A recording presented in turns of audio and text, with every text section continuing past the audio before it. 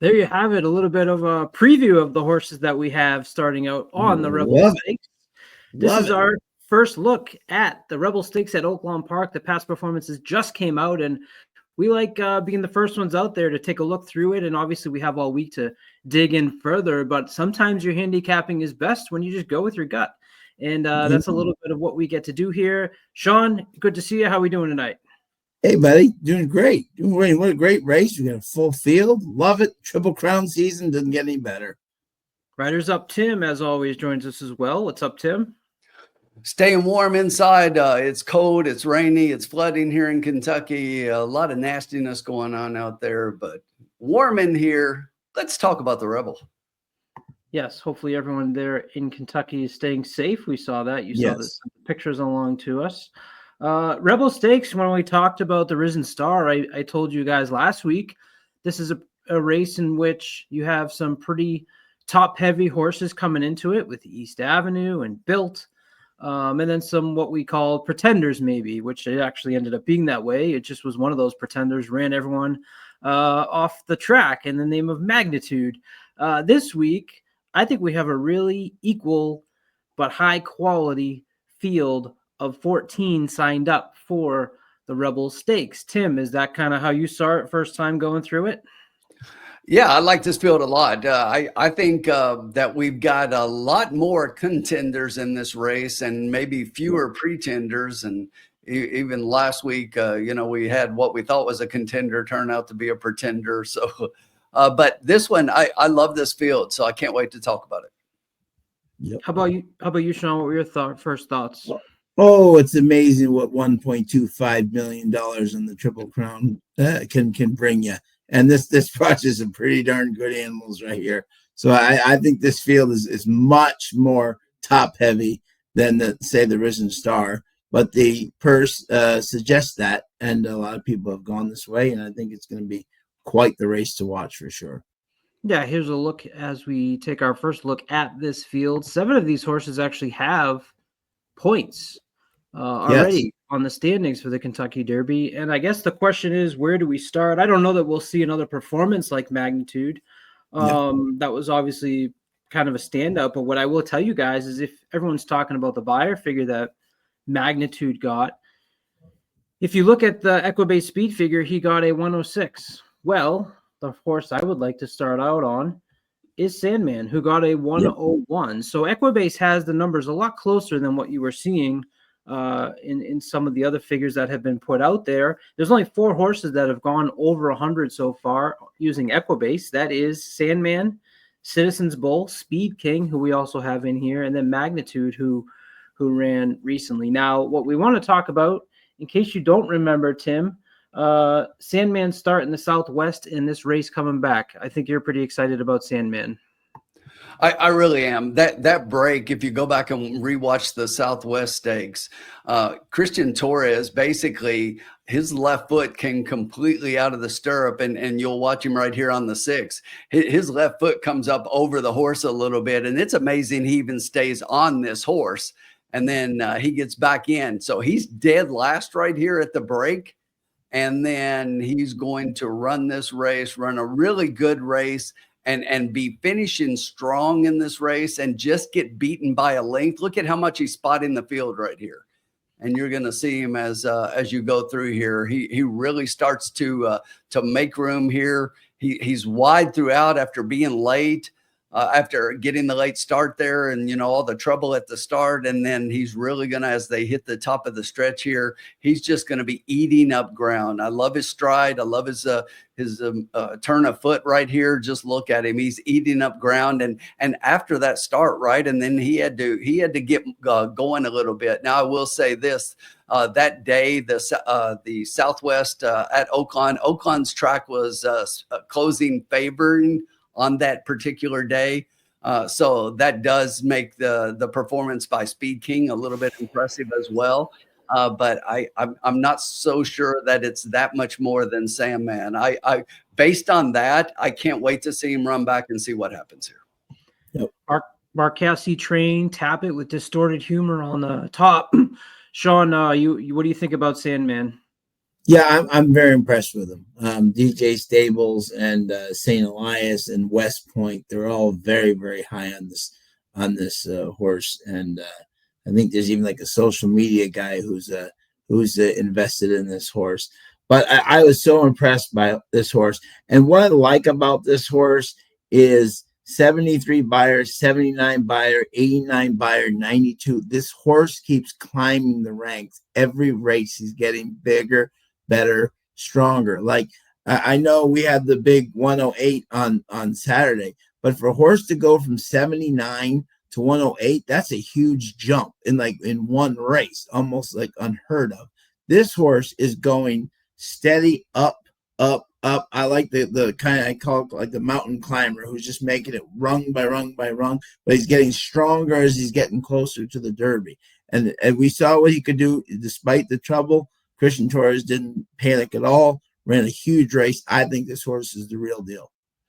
I'm excited to see him come back because 3 back, he ran against a horse by the name of Sovereignty, who I currently have as one of my top horses on the trail. So I'm waiting for him to come back. And while you're waiting, you pay attention to the horses that maybe ran against him. And 3 back, it was Tis Tastic and Sandman. I think both of those horses are the ones that I'm interested in seeing how they come back in this race. But one thing, Tim, you said earlier off the screen was, sure, we're talking about pace makes the race, and maybe we'll talk about pace in this race. But when you step back and look at the whole Kentucky Derby crop that we're starting to see, what did you talk about earlier with the pace?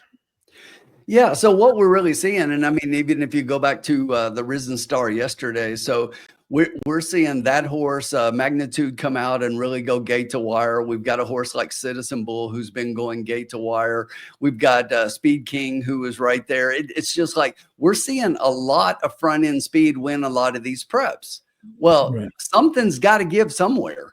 And you know, we can't have a race to where 20 horses in the Kentucky Derby and we're all going out to the lead and just to see who wins. And that's not the way it's going to play. But the more I look at the pace dynamic, the way it's shaping up with so much speed early in the race, the potential is there for these horses that like to close, that like to be a little bit better positioned, like a Sandman, like potentially a Burnham Square, so a couple of the other horses that we've seen that want to close. But the pace dynamic is just setting up to be unreal at this point. So much early speed, gate to wire wins here. I agree, yeah.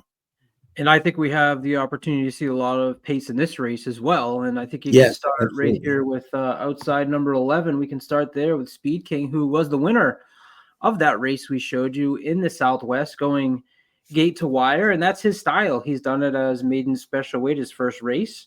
Did it in a $300,000 stake at Remington Mile, although he was beaten by Coal Battle on that particular day, and then wire to wire in the last, putting up an Equibase speed figure of 103.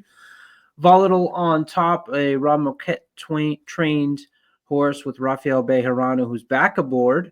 Sean, are you interested in Speed King at the 11 post, trying to pull off this move again? Yeah, well, I think he's going to have some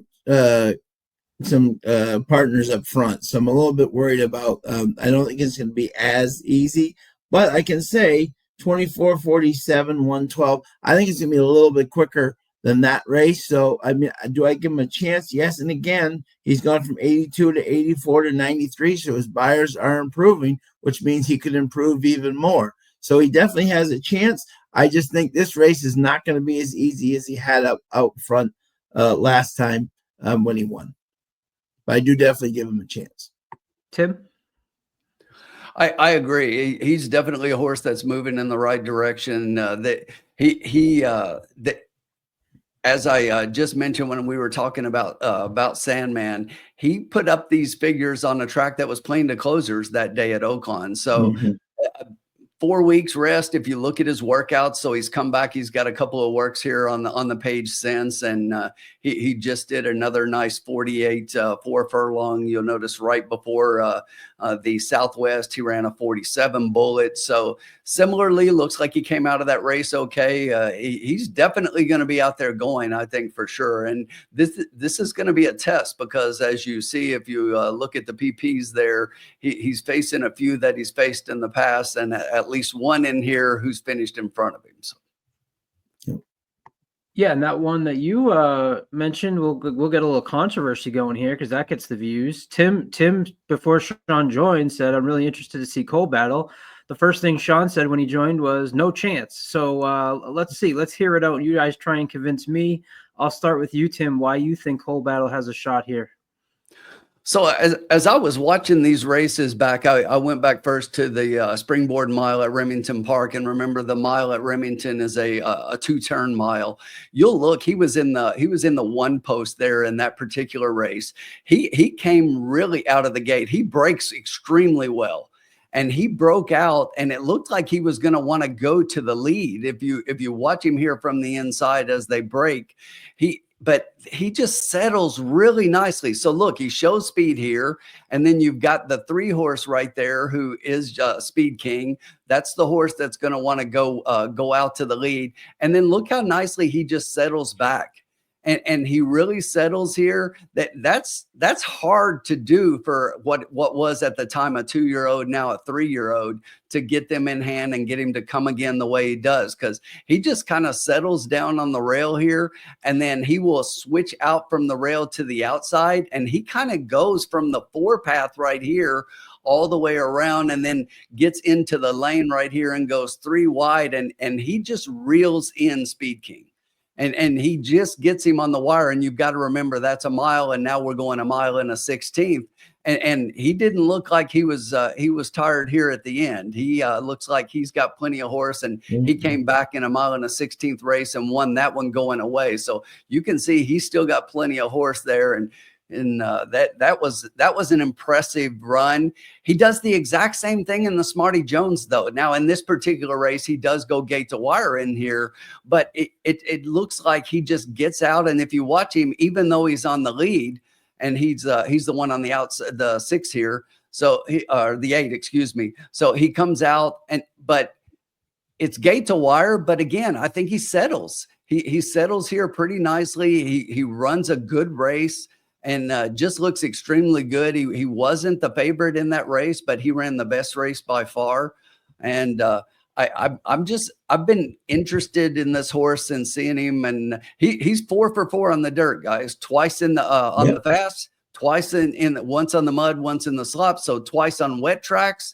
It's like anything on the dirt, this horse seems to eat it up. I'm really looking forward to seeing him run back. I agree. The speed figures have to come up a little bit, but they came up for Speed King his last time out, and this is a horse that beat him in a race that kind of set up for him. I get, but we'll see how he does. I'm not saying necessarily I do think Sandman is the horse that I will have in front, but this is probably my second favorite horse in the race. I really love Cole Battle, and have been waiting for him to run back. Tim, you know what I noticed there watching that replay is the jockey wasn't doing much to ask him to get to yes. That's what I keep talking about. It's like when you watch him, he just seems so professional. It doesn't take much from the jockey, a little bit of the hands. And you'll notice if you go back to the Remington Park, he's really got him in hand early on. And when he lets him go, he just flies. And it doesn't take a lot of urging to get him to move. I think this is a nice horse. So I know Lonnie Briley is not one of the major trainers we hear a lot about, but somehow he got himself a pretty nice horse here. So let's not rule him out just yet. He's got a lot to prove here, I admit. But I like what I'm seeing so far. And don't forget, in the long run, a horse being able to sit off and relax is actually may set up to be perfect in this year's Kentucky Derby. Sean, what were your concerns about Cole Battle? Okay, well, if Lonnie Briley, I mean, he could be the next, like, Mind That Bird. He's a great trainer down in Louisiana, and what a story that would be, right? And as Tim said, he's 4 for 4 on dirt. He's done nothing wrong. So, I mean, so in terms of can he move forward? Absolutely. Here's my problem. 84. Now, one race, he's coming from way behind. The next, he can go to the lead. So, obviously, he's a versatile horse, and that really helps you, especially if you need plan A, plan B, plan C. The horse can run either way. And we've seen horses like Seattle Slew come from like, Yakima Downs and like so it's happened before. So it's not out of the. My problem is 24, 49, 115. Right, that was the time in that last race in the Smarty Jones. You're not going to get that pace. I know he looked like full of run at the end, but he had 24, 49, and 115. I hope you have something left after 49 and 115. You know what I'm saying? So when you have the type of animals that are coming up into this race to face him, that's what I'm worried about. In terms of like the buyers do have to come up significantly. But as Tim said, look at even yesterday, you went from 79 to a 108. So can that happen? Absolutely. So this horse is not without a chance. I just think the 76, 84, 84, I would have liked to seen a little bit more of a thing, but the pace was so slow. I just think that with these things, I'll be, and if he wins, I'll be the first one to tip my hat to him. I just think versus these other big players, he's got to step it up. I don't disagree with anything Sean said. Yep, and I think you can, that concern can also be pointed right here. Average class, he's 12 out of 14 in this field, and average speed so far, he's 9 out of 14. So you have a little interesting, what paper says versus what our eye says, or what our eye sees. So it'll be very interesting to see, regardless of how Cold Battle does, which one ends up playing out. Where should we go next, Sean? It's a big field, so I don't think we'll get through every single horse, but is there another one that you've seen that you're excited to get back? Yes. Yeah. I think if you like Sandman, which all of us do, you have to give Tis Tastic a huge chance here. Number one, Steve Asmussen lately, can he lose in any race right now? He just seems to be winning like everything right now. And who's he bringing in? Mr. I Can't Lose at Fairgrounds, Jose Ortiz, who's on fire down there. So you got two of the hottest people combining here. Now, if you like Sandman, and I think his move was very impressive, as like I said, I think he's the horse to beat, and he was the most impressive. Look at this horse; he was tight on the turn. He had traffic, and he got up for third. He had the rougher trip of everybody, other than the start for. So I think Tis Tastic, if you like Sandman, which I clearly do, you have to give Tis Tastic a look because he was really, really bottled up and still got up. He was flying just like Sandman was. So I think if you like Sandman, you got to give Tis Tastic, especially with Stephen Asmussen, Jose Ortiz.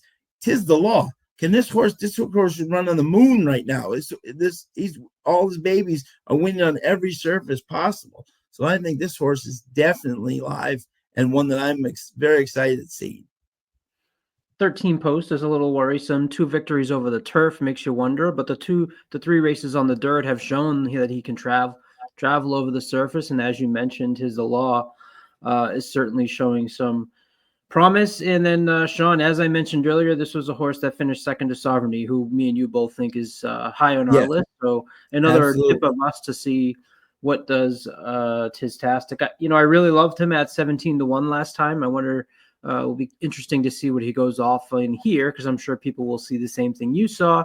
And I think Speed King, Sandman, Tis Tastic will take money because of their performance there in the Southwest. Tim, any words on Tis Tastic or any other horse that you'd like to take a look at? Yeah, just really quickly on Tis Tastic. I like Tis Tastic actually in the Southwest, and he was one that I talked a little bit about. And the one thing about it is I do think he got a little bit of a bad trip, and Steve Asmussen said he was having nothing of that Keith Asmussen guy riding his horse again. So he kicked him off, and he's bringing in Jose. And this is definitely a big step up. Jose did ride this horse at Kentucky Downs last August. So he should be familiar with Tis Tastic a little bit, but I'm not nearly as high on this horse after seeing him run a couple of times and being on him. But look, just like I said last week with Magnitude, Asmussen and Winchell Thoroughbreds, and what did they do last week? And but this is not the Risen Star, and the field is the water's a whole lot deeper here, and I think this one's up against it, maybe an underneath spot if the horse improves, and with Jose up, definitely could. And Steve's barn right now just seems to be doing really well, so can't count him out for sure. Yeah, as I said quickly, I put a note. It said, "Is this Red Rebel 1 Junior?" You think in terms of just coming from way out of the back and just coming with that huge one run down the track, you know? We've gone 20 minutes and we still have so many horses that I think we deserve at least mentioning. I'd like to Yeah, start with the number 5, Madaket Road. This is the yeah, Bob Baffert shippy who's now moving out from West. He had a victory in a maiden special weight 60,000 in December. Tried the Robert B. Lewis when he ran up against Citizens Bull, who is definitely one of the top horses right now on the trail. So Madaket Road gets away from Citizen Bull, comes out here to Oaklawn, gets IRAD aboard. Speed figures seem to be close enough that another step forward would certainly put the horse in the company. You know, I'm always a little skeptical of the speed figures that I see coming over from Santa Anita. Average class, average speed, as we talked about with Coal Battle, he takes 1 out of 14 and 2 out of 14 for average speed and average class. So any interest here in this Bob Baffert trained $650,000 horse, Sean? this was an interesting one. Do I think he has a chance? Absolutely. I mean, SF and LLC, I mean, those guys are just doing amazing stuff as owners right now. And I mean, Bob Baffert coming to Oaklawn. Hello, do you need to say anything more than that? But the interesting thing, I definitely do give him a chance. I mean, obviously, he ran against Citizen Bull and Rodriguez. Here's the question: there's only like 5 horses right now in California, and 4 of them are trained by Baffert. So we don't know. They're running against each other. This is going to be a good test to see how good this animal actually is. The other question I had when looking at this field, okay, so he wins his maiden special with Juan Hernandez. Frankie Dettori gets on him. In the RB Lewis, runs third to 2 Citizen Bull and Rodriguez, who are 2 very quality animals. JJ doesn't come. Frankie didn't come. Why didn't either one of them come if they thought this horse was going to be like the monster? Now, getting IRAD obviously is a huge feather in the cap. So obviously he's got a great rider, but why do we have the third straight fourth different rider in 4 races if this horse is so good? You know, so he's going to have to prove to me that he can get this group, but I think he has a chance. But that's the real question to me. Why is there a 4th rider in 4 races? It's a wait and see from Sean. Tim, you in or out? I'm out. Definitely out. Look, here's the thing about when you see things like the average class and average speed here. It has nothing to do with this horse. It has to do with the fact that he's been running with the other Baffert horses.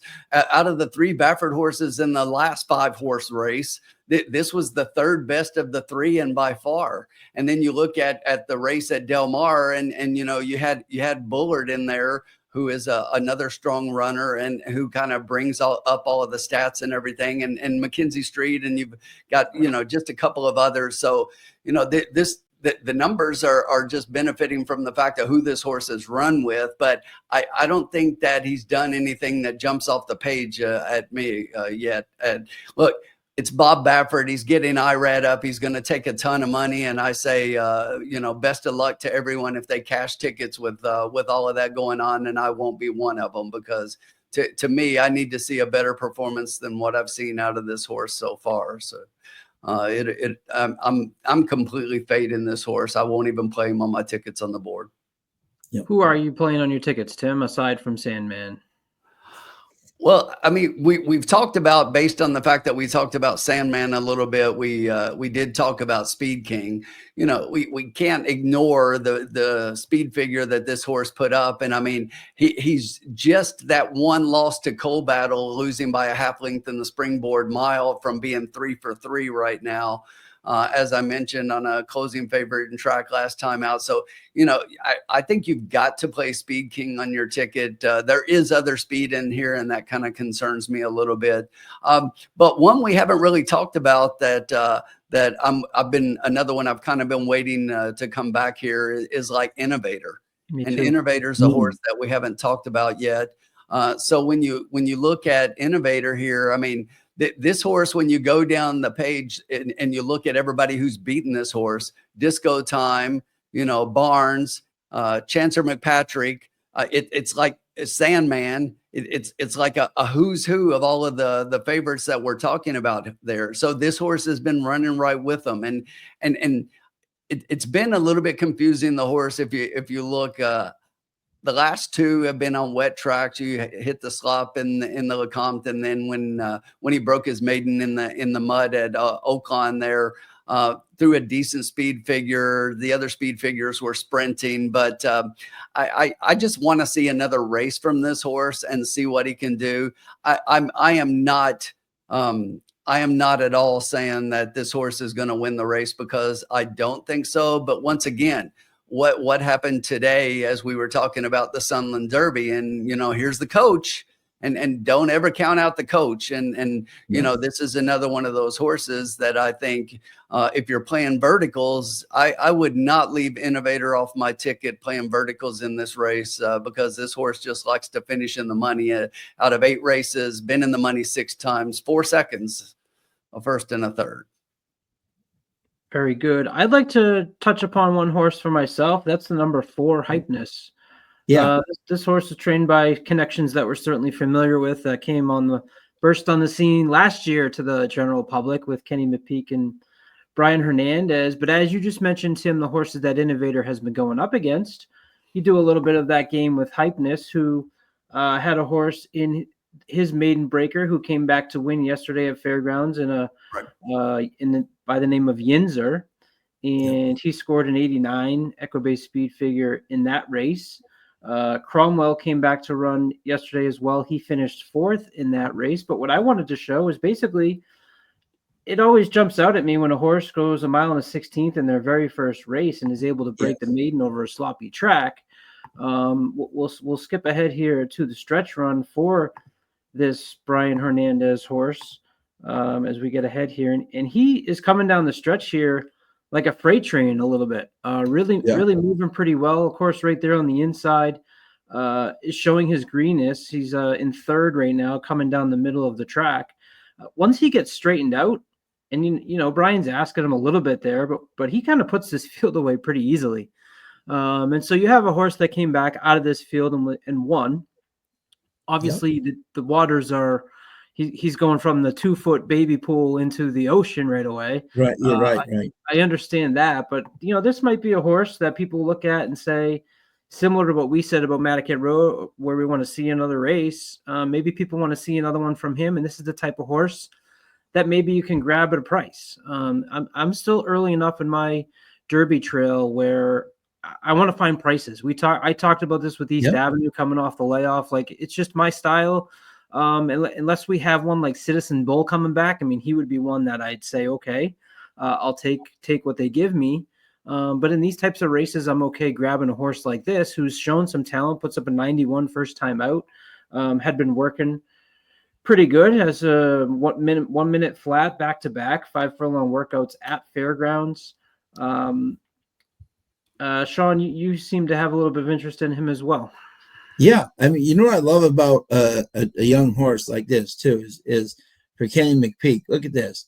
He runs that big race. He really impressed coming down the stretch. Gets an 85 buyer, which is great first, and you're going around 2 turns for the first time, which is impressive. But what I love is, look at this, January 18th. Okay, now look at his workouts. February 1st, February 8th, February 15th. This horse hasn't missed a step since that race. He's gotten 3 workouts in a row, missed no time, and they're solid works, which means this horse, even though that was a big first race, asking him to go around 2 turns, he came out of it fine because he's still working great. So so those are the horses that I like in terms of talent. Big first race. Okay, I'm ready to go for my second race. I think he's definite, especially, I don't know if he's ready to win yet, but he will definitely be under my exotics. I might even, if the price is right, I might even put him across, because I think this is the type of horse that you really, really do like. Again, McPeak, Hernandez, we know the story, but exactly. I was really impressed, and then to see the 3 workouts straight in a row without missing them, that means this guy's a pretty good runner. Love it. Well, that gets us at 30 minutes. Anybody else that we didn't talk about that you want to mention, or do we save it for the end of the week? Save it for the end of the week. Tim? It's definitely a great race. I think we've got the major players in here, but you know, they're Smoking Wicked, Dallas Stewart and Tyler Gaffleon has a couple of 90 speed figures in here. So they're all sprinting. So it's going to be, what does this horse do going 2 turns? Bullard, who is a horse that I mentioned, who beat Madaket Road. I mean, we talk about Madaket Road, but we don't talk about Bullard. So Michael McCarthy horse coming out here from the West Coast as well. You know, I just think, and without talking more about him, just to throw those couple of names out, just to add to the fact that we've got a really solid field here. Another thing that I would mention is publisher. You've got another Steve Asmussen trained horse, and this is a huge jockey upgrade. They're bringing in Flavian Pratt to ride this horse. So it just looks like they think that maybe that they can get a move forward there. This horse also, if you look back a couple of times ago, the crazy thing about this one is this horse has already run in the Southwest, yet this horse is still a maiden. Yeah, I took a peek at some of those horses. It's interesting. Dreamin' Blue, Bullard, Smoking and Wicked. You have more horses this year. I went through the last two years of this race, and it was run by horses that had all been at least running a couple times at a mile and a mile and the 16th. They had that base under them. I couldn't even find a horse that had come into this race with only 6 furlong, 7 furlong races. So it'd be interesting to see those horses that are laying in with speed and how that adds to the mix, which might set up perfectly for a horse by the name of Sandman, who at least right now I'm excited about as well. You know, but great field, 14 horses, full field. Let's hope we get them all. Let's hope we get a decent track to run on. 1.25 million on the line. Love it. Come on. Let's go. It. Derby season's heating up, baby. Let's go. We're ready. Stay tuned all this week as we will have full field run-throughs. We'll have live coverage on the lounge. We want to hear your comments both in the lounge and right here in the video here. So until next time, I'm Colin, he's Sean, he's Tim. Good luck, everybody. See you guys.